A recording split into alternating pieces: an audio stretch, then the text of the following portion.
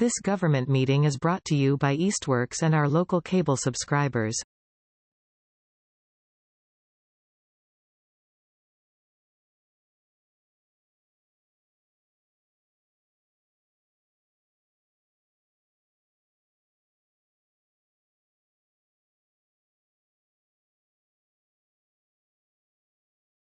All right, welcome everyone to the Board of Public Works meeting for February 4th, 2026. I will make a motion to open this evening's meeting. I'll second it. Thomas Bolsberry? Yes. Leah Strode? Yes. Gil Hogan? Yes. All in favor, motion carries. All right, item number 1 on the agenda is public speak. We not have anyone joining us that wishes to address the board at the moment. I will move on to item number 2, approval of the January 21st, 2026 meeting minutes. Was everyone able to review what was prepared? Any issues? None. You're good? Yeah, I'm all fine. All right, then I will make a motion to approve the minutes as prepared. I second. Thomas Bolsberry? Yes. Gil Hogan? Yes. All in favor, motion carries. Sorry, I forgot you weren't participating in that. That's why I gave you the extra moment. No problem.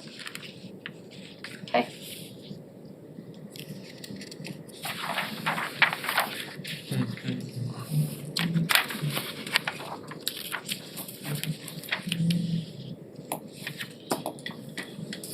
All right, we'll move on to item number 3, our continued discussion of water and sewer rates for FY 27, 28, and 29.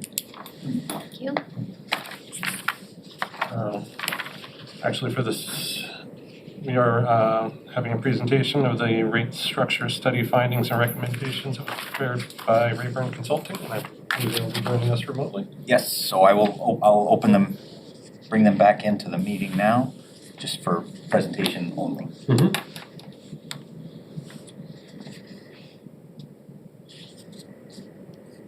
I think I will anyway, here we go. Okay, Drew, we're all set for you guys.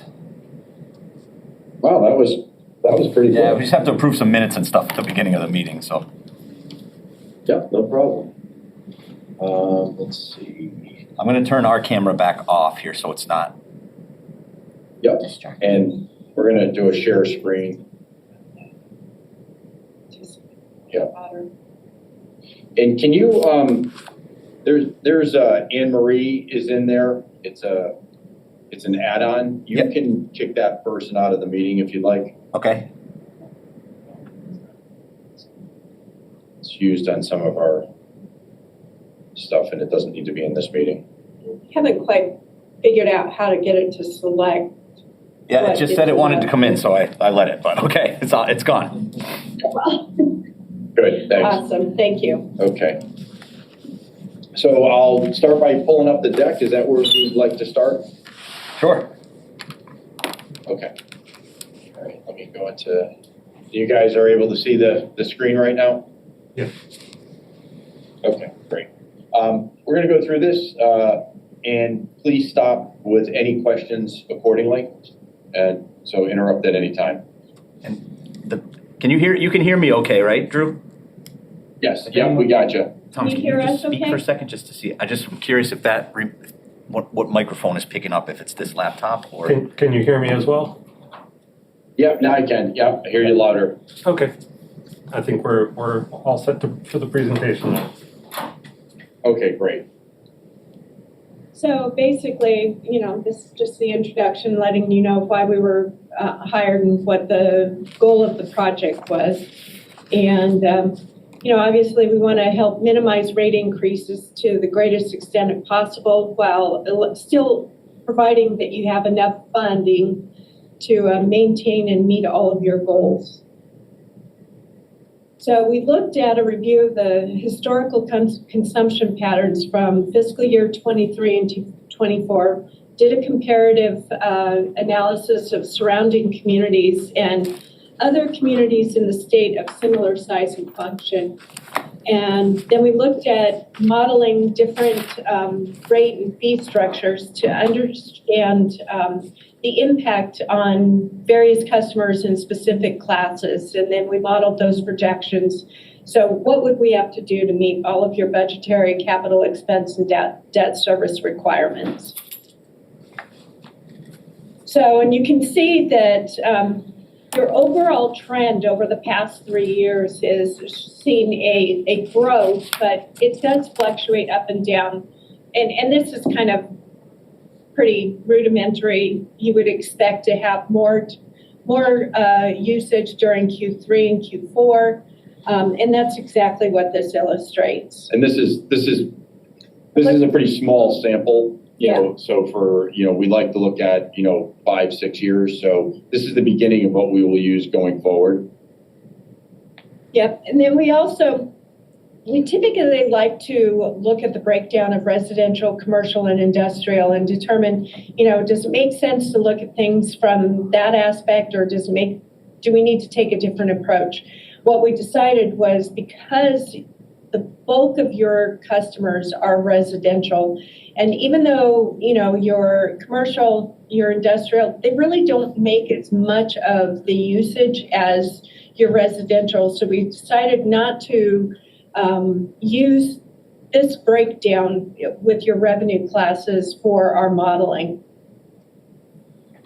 Instead, we chose to focus on your rate categories, your water, sewer in town, the water, sewer out of town.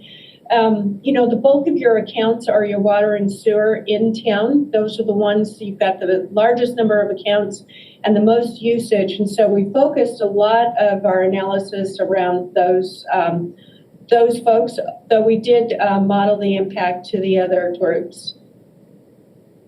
And we looked at your fire line breakdowns. These are, you've got your fire services are flat fees based on the size of the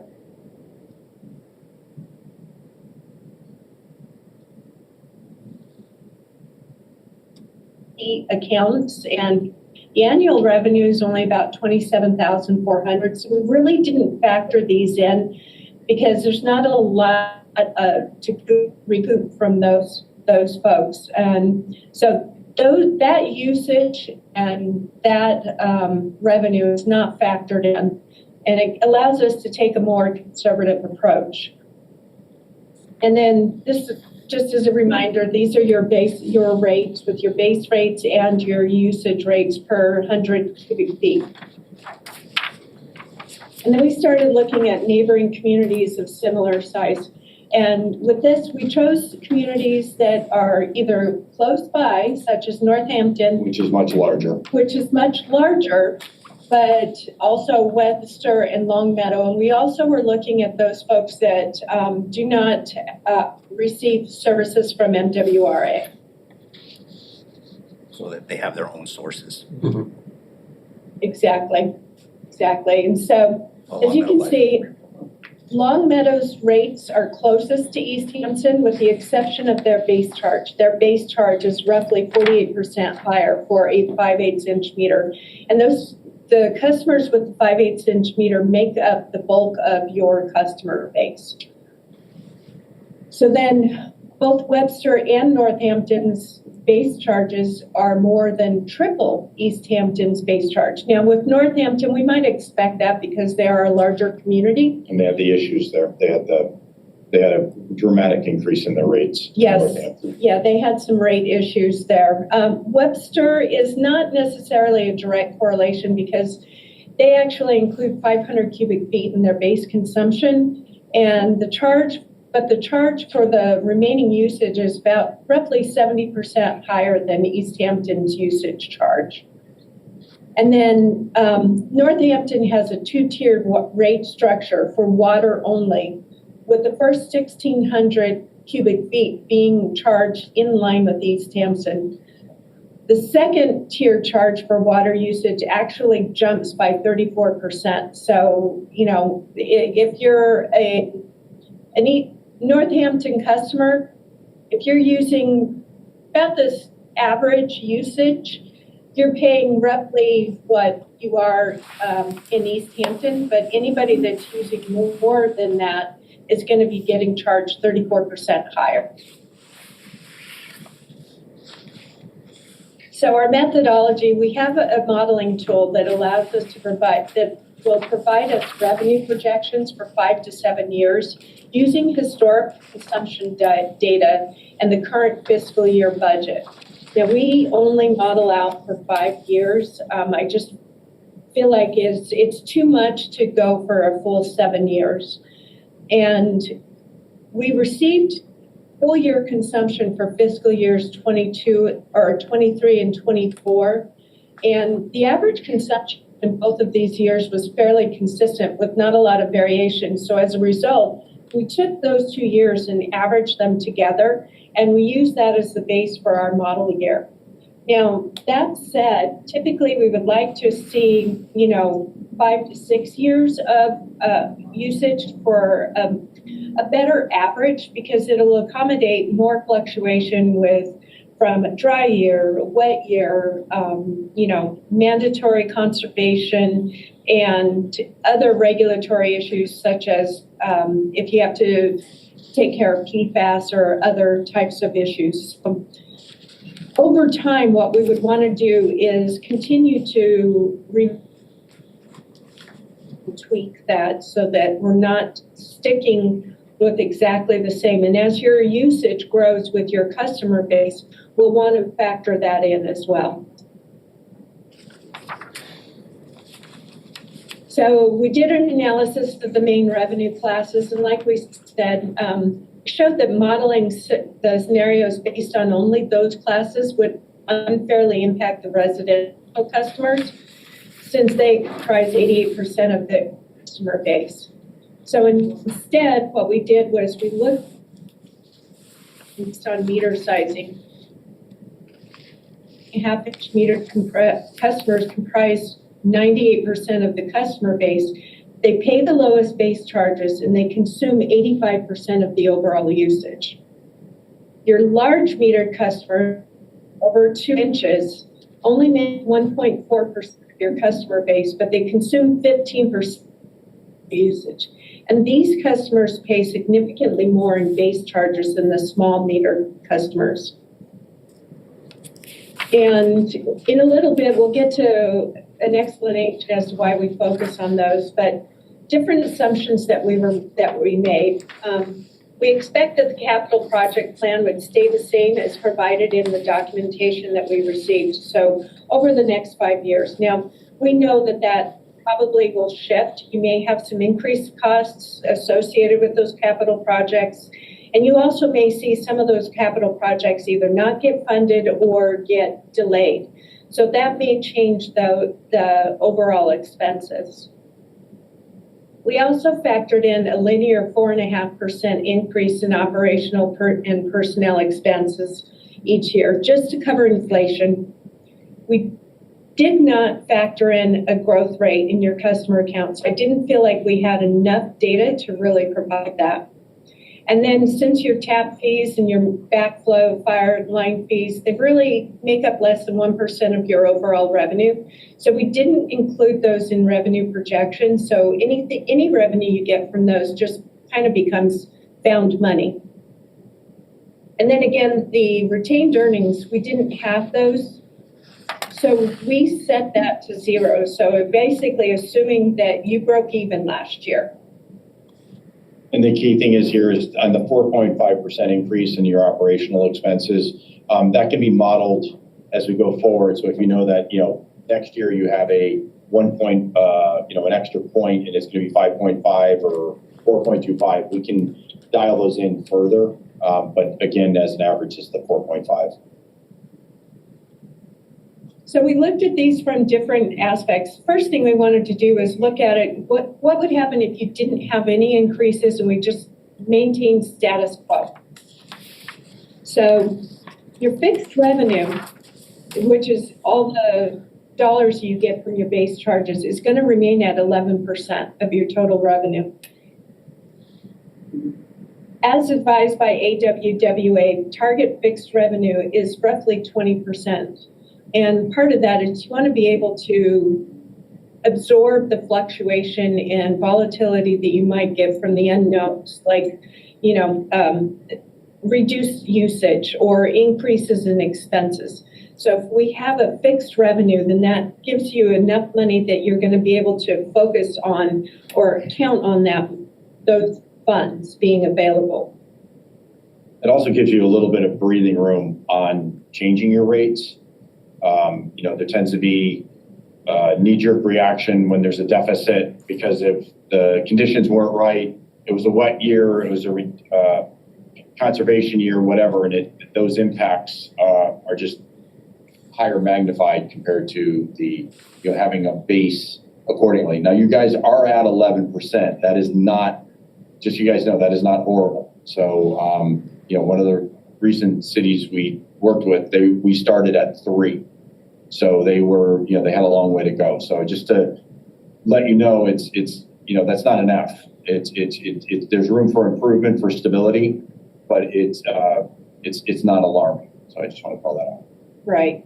And so with the if you guys do nothing in fiscal year 27, if your current usage patterns remain stagnant and stay pretty close to what the model tells us, then your revenue to expense ratio is going to be 111% and will result in a positive net revenue of over $605,000.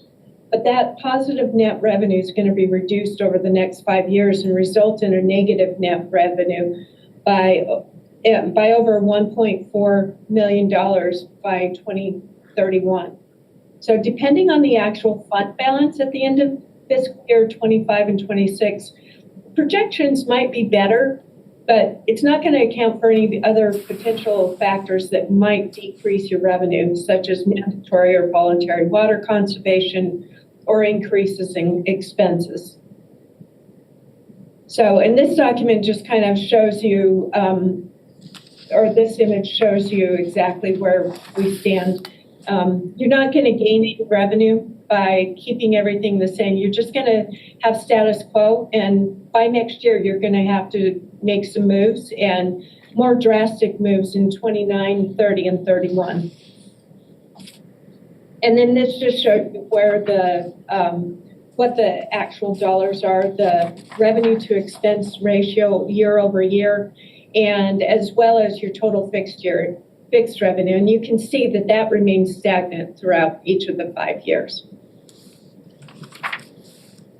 So if you chose not to raise rates during fiscal year 27, you're going to set a state for needing to raise rates significantly beginning in 28 and beyond to cover just your operational and capital expenses.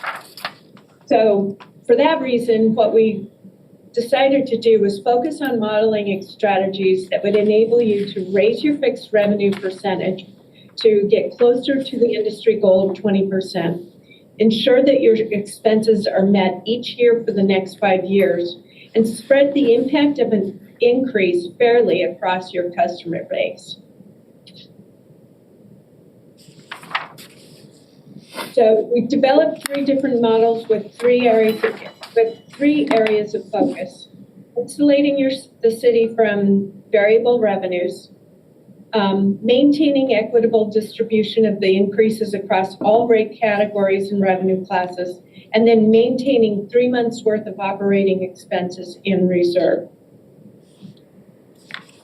So the first one would be a 5% increase on all base and usage rates. So that's basically 5% across the board on everything. It helps you stay ahead of your anticipated inflation of 4.5%. Gives you straight 5% increase.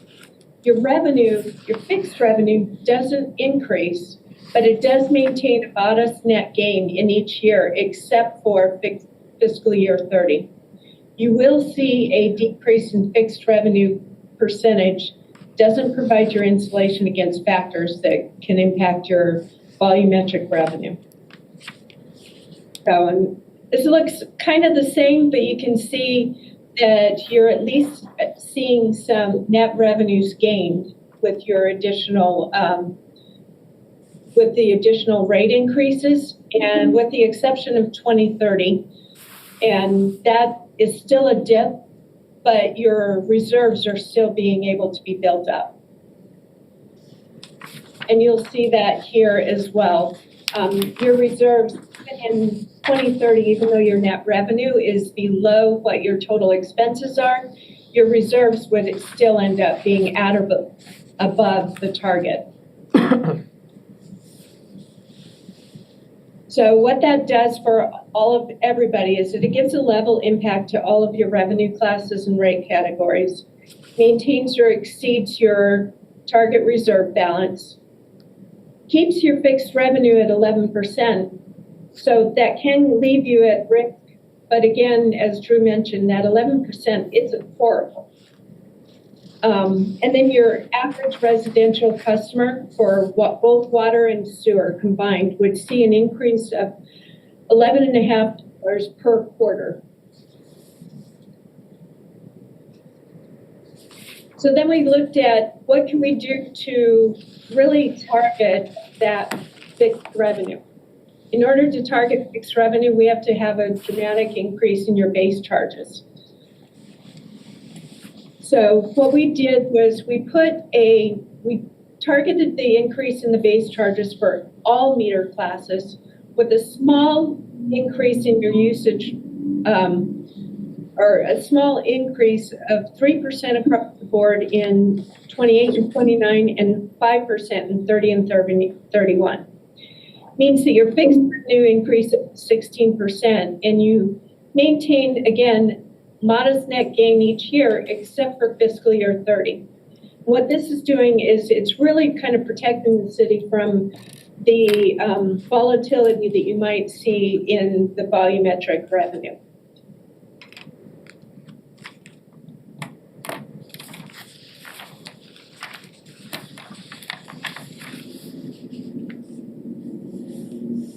Like he is reduced, but you're still seeing year over year an increase.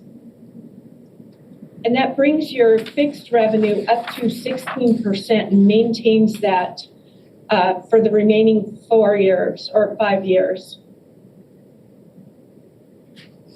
What we wanted to do is, because that is a dramatic increase, because that was a 50% increase on your base rates. So for some customers, for your residential customers, that may not seem all that much. Their base rates would then go to be the same as what your out of town rates users are paying. But then the out of towners would also see a dramatic increase. And as you can see by the comparison with the Northampton and Longmeadow, and we did not include Webster simply because it includes that 500 units, their base rate.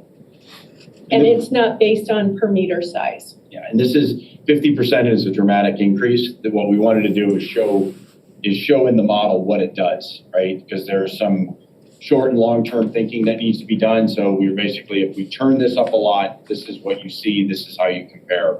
So we're basically setting some models to, for the tasting. And this is what your new base charges would be. Fiscal year 27, you wouldn't touch the usage rates. We would only be targeting the fixed rate. But when we look at the overall impact to your customers, your average residential customer is going to see an increase of nearly $37 per quarter. Your average large meter user is going to see a much higher increase, and that, while that's for your small meter customers, that brings them in line with your neighbors and with Longmeadow and Northampton, but your large meter users end up paying way more than what their neighbors do, and it almost unfairly has them shouldering the absorption in the increase. It does maintain or exceed your target reserve balance, and you're going to see your increase in fixed revenue up to 16%. So that seemed like a bit of a dramatic shift. So what we wanted to do is kind of look at, okay, well, what if we were to introduce some tiers, a tier structure?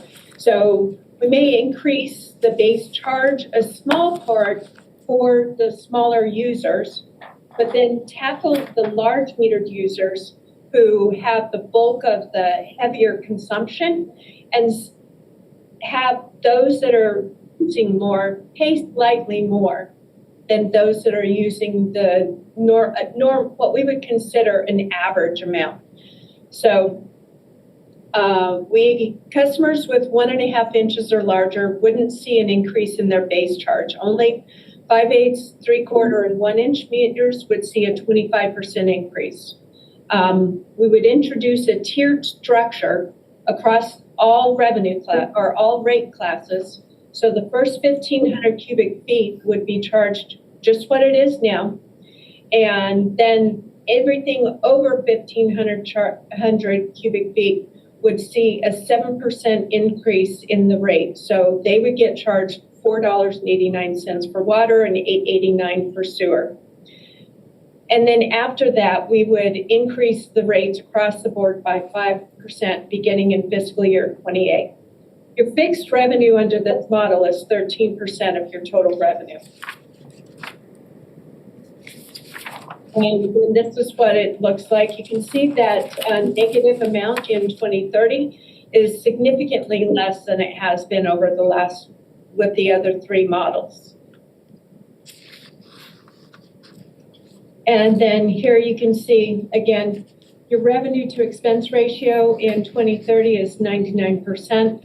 So, and it brings your reserves at or above, even in 2030, you're still going to reach your target year-end fund balance.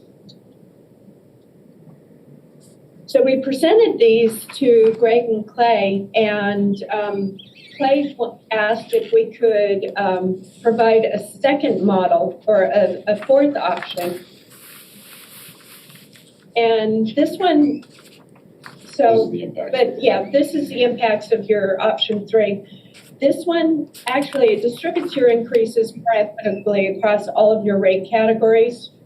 And the average residential customer with a 5/8 inch meter using an average of 1,600 cubic feet per quarter would see an increase of about $7 for both water and sewer per quarter. So over the course of a year, they'd see less than $30 increase. Shifts the balance of the fixed revenue so the large metered users aren't bearing all of the responsibility, and it increases to 13%.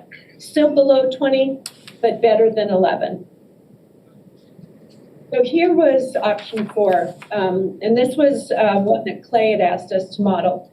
And so this targets a smaller increase in the base charges over a 5-year period. So we put a 10% increase in the base charges, and then for the smaller meters. And then with the customers 1.5 inches or larger, they're going to see a 5% increase in the base charge. So it allows both rate classes to participate and share in that increase. It's just that your smaller meters are going to see more of an increase. And then the usage rates we increase across the board by 5% beginning in fiscal year 28. Your fixed revenue with this model increases to 14%, and you realize a positive net gain every single year, including 2030. So, and you can see that here, everything is blue and black, good colors to see in these models. And you'll see everything is, your revenue to expense ratio is over 100%. So that gives you some buffer room just in case there are any fluctuations in your expenses or in your revenue. The impact to your customers. So your average residential customer is going to see an increase of approximately $12.92 per quarter.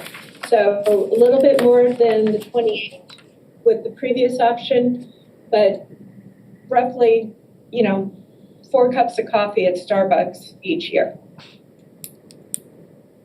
you're still below 20%, but it increases year over year so that you'll be up to 14% total revenue by 2030.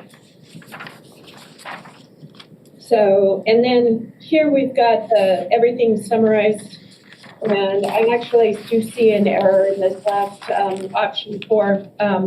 The average residential customer bill should say $12.92. So,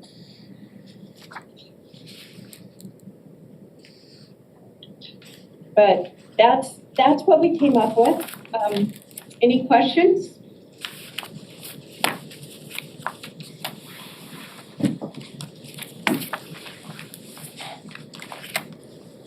You want our camera on for them, or? Sure. I want to thank you very much for that. It was very thorough, and I think you've given the board a lot to think about, and different models showing a couple of the extremes, and some more equitable approaches as you put it. I guess my question is, moving forward, if we can get the retained earnings number, and if we want to see any adjustments to any of these models, is that something that could be incorporated into a final draft, or is this the presentation you're giving us as a finding, and then the way we're planning on working this out is, over the next few meetings, we're going to discuss which option and try and establish some rates, and then we kind of like to get like one finalized model that we can use for a public hearing to sort of explain why we chose what we did and the rates that we are looking to set forward for the next, I know you model out 5, which is good. I like to see that long-term thinking, but we really only set them for about 3, so that's what we'd be focusing on setting.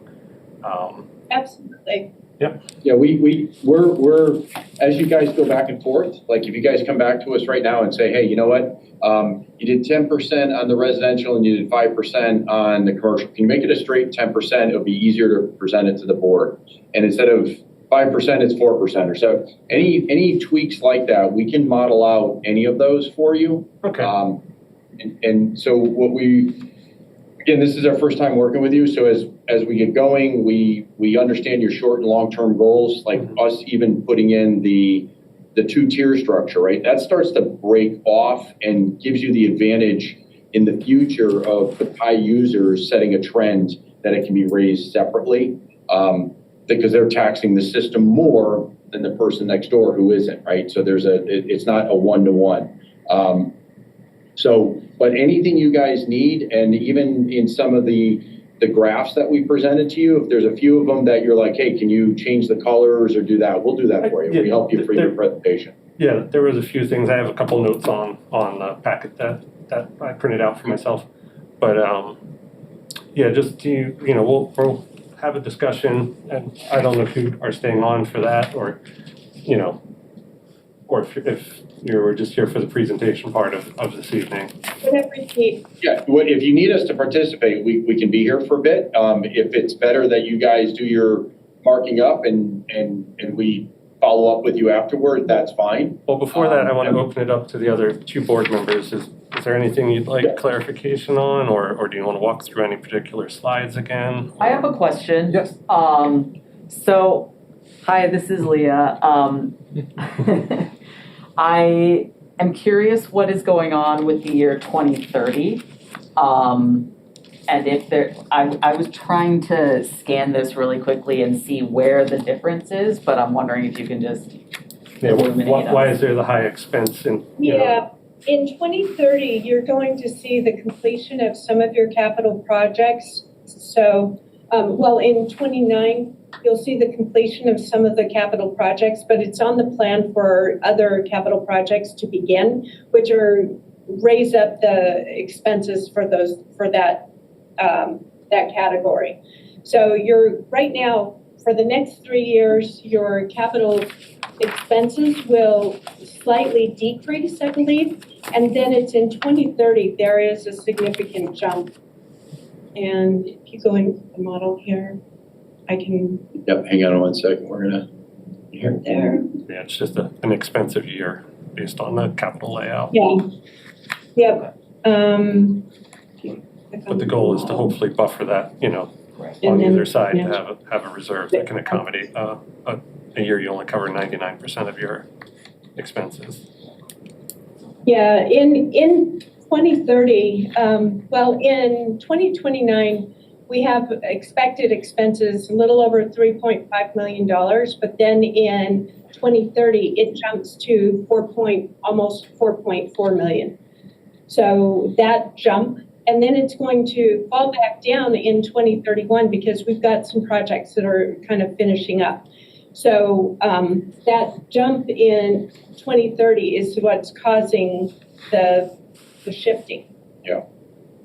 And that will, that's based on your current model, right? So if a project doesn't start or a project, however that happens, that again, that's a few years out, but that's why next year we see if that plan is still on. Yeah, every year we would do an adjustment on your capital expenses, see if we're still on target. Do we still have the same projects in the plan? Have we been able to pay any of them off early, or have we been able to, did the expenses come in less or more? So we look at that. Yep. But any other questions while we're here? Seems like this is tunable. It Yeah, seems like it's tunable. Well, and to give you guys a little background, the two other board members haven't been here for a full rate setting event Okay. before. So one of the things that I really like about option 3 is, historically our base rates were very low and we've been trying to tackle that, but as you understand and show in some of these models, if you aggressively raise the base fee, it disproportionately affects small users. Yep. So there was only so much we could, in a one-tier model, there was only so much we could ramp that up without, unfairly distributing that shift. So what I like about option 3 is it gives us a couple more levers to pull where we can, be a little bit more aggressive with the base fees and then discount that first volumetric slug of water for smaller users so they can absorb the base fee without, substantially altering their bill. So, Right. But just so you guys know though, in any of these, I don't want you to hesitate, right? We're here for you guys.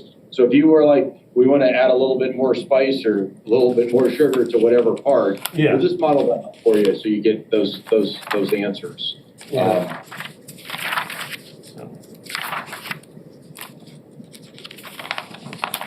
So like in option 2, when I modeled it out for the impacts, that's the one where we aggressively raised the base fees. A small user of like 1,500 cubic feet would see in the first year a 6.2% rise in their bill, where a larger, like say 6-person household using 4,400 cubic feet or 4,400 cubic feet would only see about a 2% because the base fee is disproportionately impacting that small user. Where in option 4, which is kind of the inverse, where we more raise usage rates, a small user would only see 3%, where a large user, large residential user would see 5.5%. So option 3 that's option 3. Option 4, all to say, like they said, it's tunable, so I've been playing around with it, so I may have some numbers for you to model if we could do an option 5 if the board wanted to look at that, where I tried to smooth it out even a little bit more, so pretty much across and even if like option 3 or 2 you want changed a little bit, we'll do that. Well, yeah, I don't Yeah. mind keeping option 3 as sort of the base model for like a simple introduction to a tiered system, where I was kind of looking at more of a,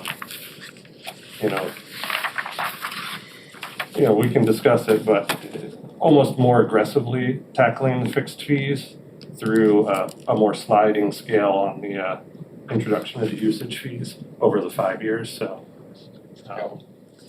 One thing to take into consideration, you guys are currently on Munis. Cusi. Kuzi. Oh, you're on, oh, I'm sorry, these Yeah. guys are on, oh, that's Yeah, fantastic. That's Oh, why it's sorry. so bad. We just had Oh, a yeah. meeting with the town earlier. So you guys are on Kuzi, UB4, so that's gonna make any of these adjustments much easier. Yeah. So I just wanted to raise a warning flag depending on certain things, but Kuzi's gonna be fantastic. So kudos whoever was a part of upgrading that.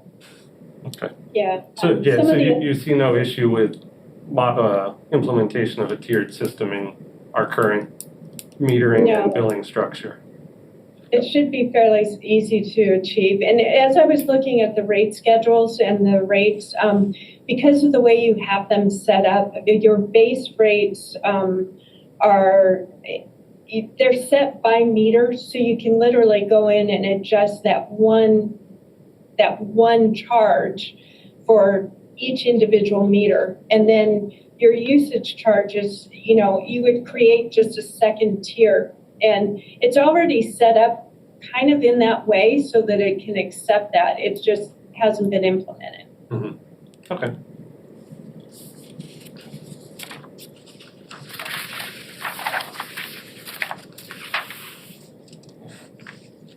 Yeah, no, this has all been very interesting. And it's, the previous consultant we worked with sort of, I think it was an 8 or 10 year model that they sort of, we only set rates based on 3, but they kind of stretched it out and sort of to give us a roadmap of where we might be. And, what you guys were able to put together with our current finances and usage is substantially less than what they forecasted for 27 through 29. So, Good.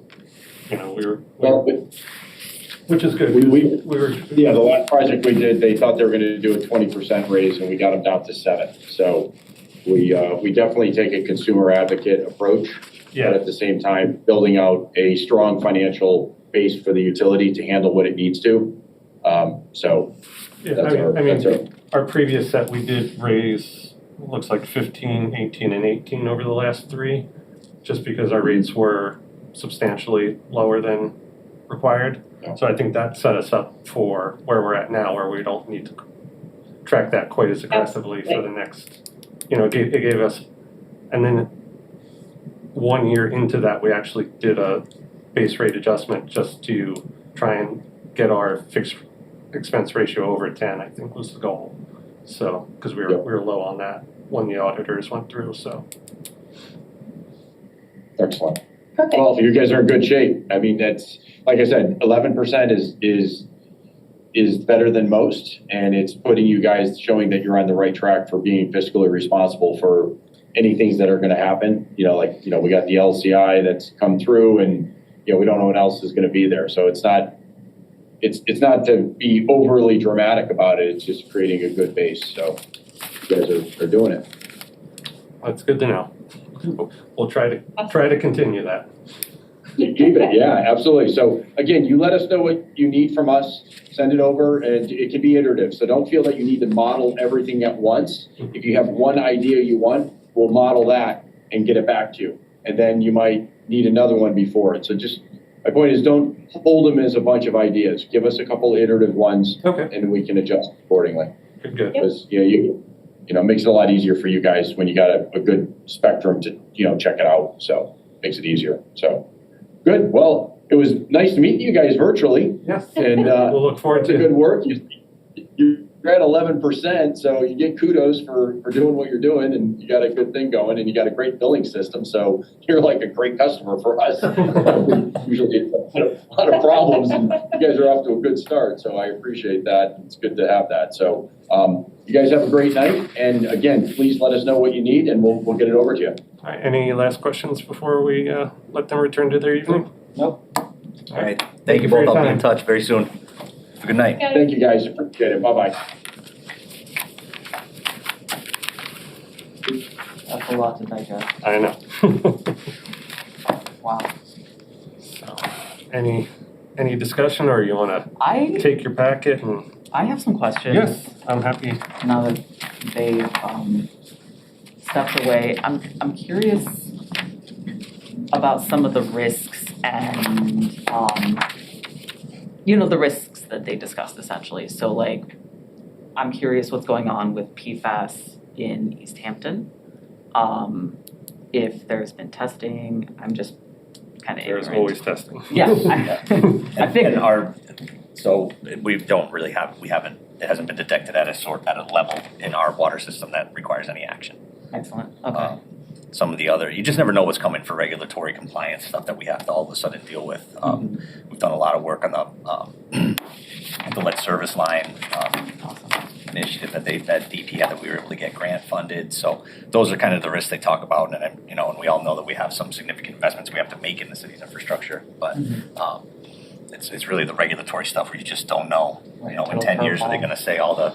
I mean, that's all the more reason to try and keep a reserve and up the fixed fee. Sort of a portion. conservative approach. Yeah. Yeah. And I'm just curious, what was up with the only 2 years of historical data in their model? That's all they asked for. Really? Yeah. Yeah, I mean, So we have it back to. Yeah, we could give them 22, 21. I mean, the thing is, you We get have into back to 20 and 21, and it's real funky from COVID. Yeah. But yeah, I was kind of thought that was weird that was all they asked for was 23 and 4. Because I think the previous model, we have a pretty steady, it's low, but it was like a 1.8% slope on the water usage. So yeah, we have that data all the way back through the IWRMP. I don't think you're going to see much. No, it's pretty. Show the same. Yeah. Okay. But both our use and our account growth is pretty flat. We're a pretty stable city, so it's not like we have to model in that we're, Yeah, we get a few extra new meters every year, but nothing. Right, and the water use goes up a little, but we're not on a trend that we have to account for looking forward, Okay. We have a pretty steady state, it's just. In terms of like the service providing aspect, not necessarily in It's terms just of the cost, it's just the expenses. cost Yeah. to do it every year goes up. Got it, We got it. don't send out more water, Right, and we don't have more houses to send it to. uh-huh. Just everything gets a little more expensive than last Oh. year. Yeah, So that's, generally we sell less based on yeah, low flow toilets and conservation, water use restrictions. so. And this is also all abstracted, as you explained a couple weeks or months ago, right? This is water, sewer, and stormwater. Yes, Basically, yeah. it's 3 layers abstracted from what flows through the water Yes. meter. Wow, okay. And I know in one of the things, it shows that, I think 1 or 2 of the communities that they did, the sewer is billed at like 70 or 80% of the water usage to account for loss. But if you do that, then you just have to increase what you charge for the 80% of the sewer that you do, because it's, Right. Right.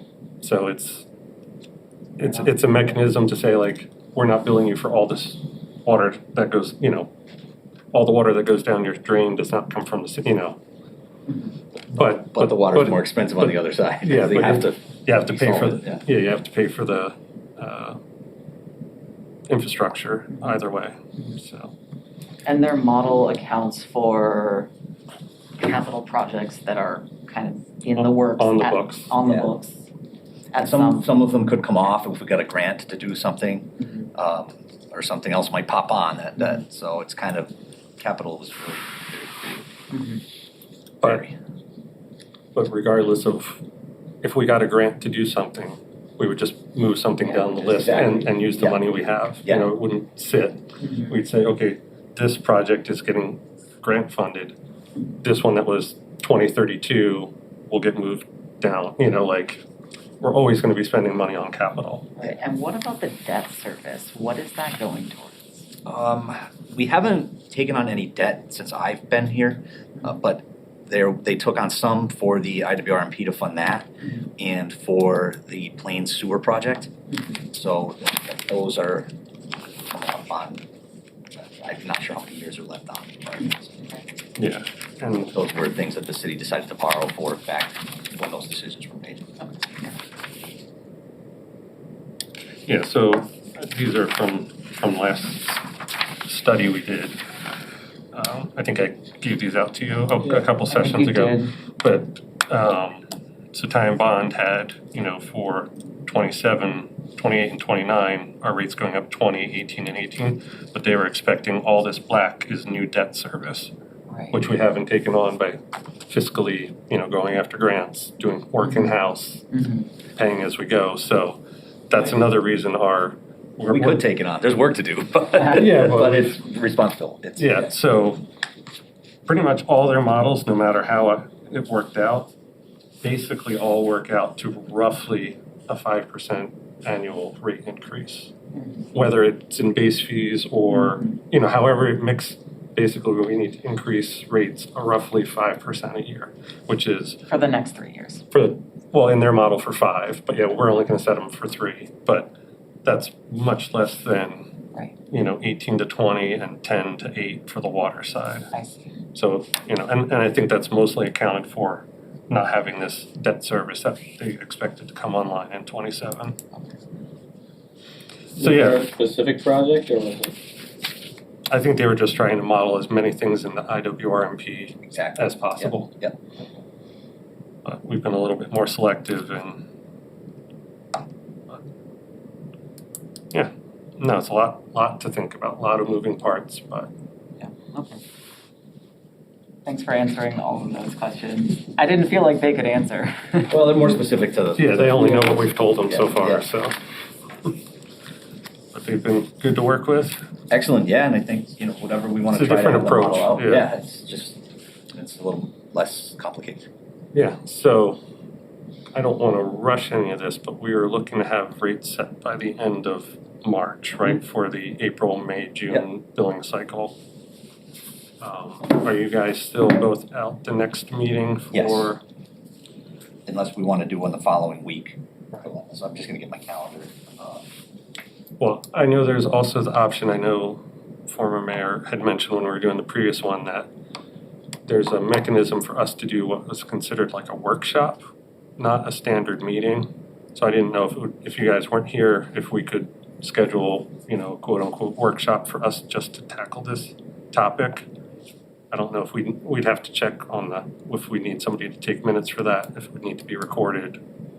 But I know that's a mechanism for us to discuss the topic as a threesome without violating open meeting laws, that it's an open workshop, so.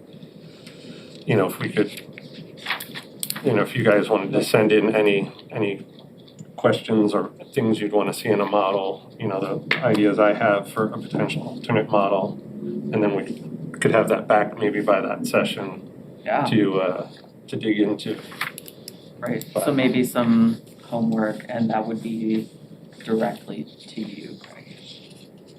Yeah, I As mean, point person. yeah, anything you want me to have them To like forward build to in or them. run, absolutely, Yeah. sure. Okay. Yeah, so if we could do that, or if that doesn't work, we could have an official BPW meeting without the two of you. We would just need Ariel or somebody to take minutes, and we could just have a, sure, One of you could take minutes too, if that's, true. that's easier, yeah. And just have that as a single item, agenda. Keep it simple. Yeah, I just want to be able to, Or if we can meet on the 25th, I can be here on the 25th. Ariel can take minutes for that. Because our next meeting would be the 18th. okay, So the 25th is the last Wednesday in February. And then it would be the 4th and then the 18th. yeah, that'd give us March. And then maybe in 18th. a perfect world, the 18th would be a public hearing and the, Yeah, following the standard meeting, we would Yes. do a, 5:30 or 6 o'clock Yep. public hearing. And, yeah, that should work. I wonder if the 25th might be good to give them time to turn stuff around. Or, Send them stuff prior to it. yeah, as long as I have anything you want me to get to them by the end of next week, I can give you stuff tomorrow. Cool, yeah, yeah. But I'm also saying, I don't want to run the show, but I do have a couple ideas based on previous experience, so I'd like to see that modeled so I can present that to you. It works on my sort of limited amount of analysis I can do, but I want them to put it into their fiscal model to say, what do we, do these reductions still meet, the fixed expenses and earnings we need to hit, so. So are we decide next Next meeting, not the 18th, 25th? I'm also open to doing a workshop on the 18th or something if we have something to discuss, but if we want to do it with Greg and, you know, as a soundboard, we can do the 25th. As long as that doesn't conflict with anything else going on in the building. Yeah, I don't have. I mean, we can find a room Yeah, we'll have to- somewhere. Yeah, Might not be in here, Yeah. might be in one of the basement rooms, but. I'll go where you tell me. All right, happy to go through page by page, or if you want to just digest, we can talk about it next time, but, or if Greg, I mean, any input from you on what you or the department likes as a model, or which way you guys would want, if you had any guidance. the fourth option there where we go to a tiered system and really set us up for the next few years is really, you know. Well, I think, yeah, looking at the numbers that I kind of modeled myself, I see that as a way to ease the transition from a usage-based model to more of a fixed-based model. And then maybe even at the end of 5, you know, if we do it for R3 and then maybe do it another one, once we get it adjusted, we may be able to go back to a single tier because the base fees will have been transitioned. Eventually, sure. It may just be a transitionary tool. Yeah. Or it might be something that works well for us and residents, and it could be a long-term thing to give us, you know, flexibility, like they said, in the future if there's a need for adjustments again. But yeah, as long as the department and the billing system has no issues with the tiered model, I think it gives us the right tools to help get to where we need to as equitably as possible. Yeah. So. You got all that, Michelle? Review the file. All right, I don't want to belabor it, but I also want to give everybody the opportunity to digest it, you know, as a group. And anything you want me to see if they can run, just reach out and I'll get it to them. I just had a couple, you know, like she caught the one cut and paste kind of error. Yeah, there's a couple little There's ones. a couple little ones I marked up, but. Yeah, and a little, I mean, I know it's black and white, but that the colors should match the bars they represent. I had a little trouble deciphering that the first time.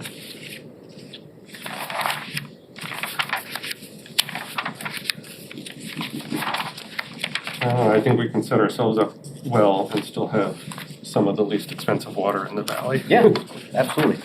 You know, I'm not reaching for the stars here. I think we can do both. It's pretty much just little things.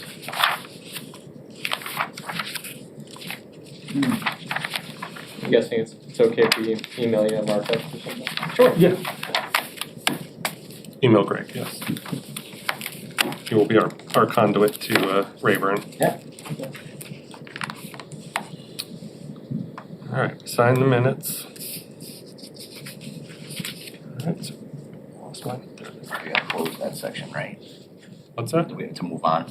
Yes, that's what I was just gonna say. So is there any further discussion on our continued discussion of water and sewer rates at this point? Any input from the public on this topic? All right, then I'll make a motion to continue it to our next meeting. Thomas Salisbury, Yes. Leah Strode, Yes. Dale Hogan, Yes. all in favor, motion carries. All right, on to the directors. Cool. Okay, the aerator project, one of the project managers from the contractor's on vacation, so I don't have much for you there right now, but hopefully next time, Main Street, still, things are still under review, so I'll have some more stuff, probably in the early spring. Okay. Just take that off for next time. Did want to touch on the snow event from January 25th to 26th. I mean, there was everyone knows a historic amount of snow fell in the city. Our guys No one just, believes us. yeah, right. Our guys just did a phenomenal job keeping the roads clear. Emergency vehicles able to get where they needed to go. We had to put a loader in front of the ambulance to get to 391 Main Street, and the guys, dropped what they were doing and got right in front and did that. It's just spoke volumes of the people that work here and keep this city operating. So then we kind of went right from the snow into the trucking and cleanup efforts, and then as the cold kept pushing the frost deeper, some of the staff worked 20, 30 hours straight plowing, and then ended up on a water main break all day on Tuesday till 10 o'clock, 11 o'clock at night by the time everybody was out. So so it's just a lot of great people working here, putting in a lot of time and hours and effort to keep everything working. So we've been on, as everybody knows, with the parking bans, we've been on snow removal every day. We gave everyone one day off, Sunday, to not be around. So I think we'll start winding down. We're going to do the side streets off Main tomorrow, everything between Glendale and South Street, Cedarwood, Sheldon Avenue, Paul Street, over that way. So get a lot of that snow trucked out. They're able to move pretty quick with the contractors and the blowers we have, and some of the little more versatile, smaller skid steer equipment we have. We were able to use that on Cherry Street today, get all that trucked out there. So things are looking good. We have had a couple cars had to get towed, but for the most part, people have really been cooperating with the parking ban. So that's been great to see, and we appreciate that greatly. It keeps the crews moving, saves us a lot of aggravation and money if we can keep the crew going as they're moving. So. We have had some trouble at the wastewater plant with the cold temperatures and freezing on the sludge thickeners, and just the amount of rags that are getting put into the sanitary sewer system. The rags are just, they're a major issue at every municipal sanitary sewer system. But what we're finding is our muffin monster we have at the plant will cut them apart, and then they're able to rejoin in the process and just get on top of the weirs and the sludge thickeners. When it's this cold, they freeze. And creates all sorts of trouble. So some folks may have noticed some increased odors from the plant over the last few days, but the guys are doing everything they can to get them, mitigate that and keep it under control. And, luckily, the last couple of days it's been 30 degrees, it hasn't been that bad, but we do have some more cold coming this weekend. So, is it just those flushable wipes? Okay, is it? I've seen T-shirt. I mean, last Tuesday we were on a water main break on Ferry Street. Got called for sewer backup on Hendrick Street, and it's a lot to explain. But anyway, Clay and I ended up out there to see what was going on before we pulled people from one job to the other. So we ended up there when they're flushing the main, and it looked like T-shirts coming through. And I don't know how anybody gets a T-shirt to flush down their toilet, but it's happening. It's amazing. What's happening? Yeah. So we. Luckily, we were able to clear that line on Hendrick Street just with the jet truck and get back to the water main job. But it's been a week, huh? Yeah. And I can't complain. No, There's people here putting a lot more hours than me, and I just keep the operation running. But they really got to hand it to these people. And plus, the water crew after that, plowing 25, 30 hours straight to be on your feet for 12, 15 hours. It was a challenging water main break we had on Everett Street. It showed up like it was a service, and it turned out to be the service, and then the main, and it was it wasn't a lot of fun. And then we had another one. I think it was Monday morning. Ferry Street broke again. So what's happened is the frost just starts pushing deeper and deeper, and some of these old cast iron pipes that aren't buried as deep, they push it on them, and then it ring cracks the gas. Everett Street. That's not where what street was the water main just replaced on, or put in? All new main, Emerald Place. Emerald. Yeah. And Cherry Street has a water main on it too. That's deep. Yeah, those are deep, yeah. And a ductile iron, so the frost isn't as much of a thing. We get 14 feet of frost, we're in trouble. Yeah. So, but that's kind of that for the operational stuff. And like I said, tomorrow will hopefully be one of the final days of these large snow removal operations. So, I did want to touch on the Manhan River Dam removal study that we're undertaking with Stantec that we got a grant for. You may have seen a little bit of information about it in the paper. The information's been slow to come to me about how it's actually all going to work, but we have a kickoff meeting tomorrow with Stantec to talk about that effort. Dam removal? Yeah, the dam it's kind of right by West Street, Northampton Street and West Street where the bridge is. There's a dam there with the fish ladder over it. Yep. That was identified as a priority removal for Mass Department of Fish and Game, the Division of Ecological Restoration, because it's the last impoundment on the Manhan River to connect the Ty-Carmody Reservoir all the way to Long Island Sound. So if that dam weren't there, it unlocks some significant stream miles and fish breeding habitat. So, Wow. yeah, but a lot remains to be seen about the impact of removing that dam. There's certainly some financial savings to be had because we do have to do phase one, inspections on the dam. The fish ladder requires maintenance. There's perpetual maintenance costs associated with the dam. So that's some of the stuff we'll be looking at with Stantec. We'll have a deliverable from them by June 30th. So as more information comes out on that, I'll share it with the board, and there'll be some more public outreach around that effort. It's a pretty significant impact. But, No more fish cam? yeah, no, no. But it's we'll see what they uncover and the impact, the hydraulic impact, and what that does to the elevation of the panhandle through the city, really. Yeah, that's a big one too. Yeah, there's been more significant flooding over the past several years in like the fields off Glendale Street, Mm-hmm. and the backyards along West Street there. So, maybe the dam coming out would be beneficial, but I mean, there's historical records showing water being impounded there since like the 1680s. I found references to that in more than one place, so, When was this founded? what's that?